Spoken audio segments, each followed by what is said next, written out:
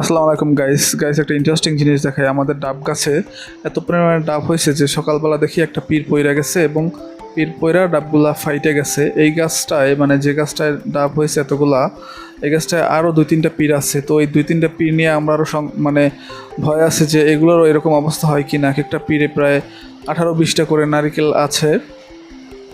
আপাতত ডাব আছে, তারপরে যদি এরকম আমরা রেখে দিই তাহলে তো নারকেল হবে। তো এবার আষাঢ় মাসে ভালোই নারকেল হলো আমাদের আল্লাহর রহমতে, এবং এই থোকা নিয়ে চিন্তা করতেছি যে এই থোকাগুলো গাছে থাকে কি না। আবার যদি বড় হয়ে আবার এগুলো পড়ে যায় তাহলে তো লস, কারণ নিচে পড়ে গেলে তখন ফাইটা যায়, ফাইটা সব পানি বের হয়ে যায়। তো এই তো, ভালো থাকেন সবাই, আল্লাহ হাফেজ। আসসালামু আলাইকুম গাইস একটা ইন্টারেস্টিং জিনিস দেখায়। আমাদের ডাব গাছে এত পরিমাণে ডাব হয়েছে যে সকালবেলা দেখি একটা পীর পইরা গেছে এবং পীর পইরা ডাবগুলা ফাইটে গেছে। এই গাছটায় মানে যে গাছটায় ডাব হয়েছে এতগুলা, এই গাছটায় আরও 2-3টা পীর আছে। তো এই 2-3টা পীর নিয়ে আমরা আরও মানে ভয় আছে যে এগুলোরও এরকম অবস্থা হয় কি না। এক একটা পীরে প্রায় 18-20টা করে নারকেল আছে।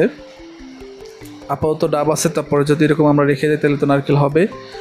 তো এবার আষাঢ় মাসে ভালোই নারকেল হলো আমাদের আল্লাহর রহমতে, এবং এই থোকা নিয়ে চিন্তা করতেছি যে এই থোকাগুলো গাছে থাকে কি না। আবার যদি বড় হয়ে আবার এগুলো পড়ে যায় তাহলে তো লস, কারণ নিচে পড়ে গেলে তখন ফাইটা যায়, ফাইটা সব পানি বের হয়ে যায়।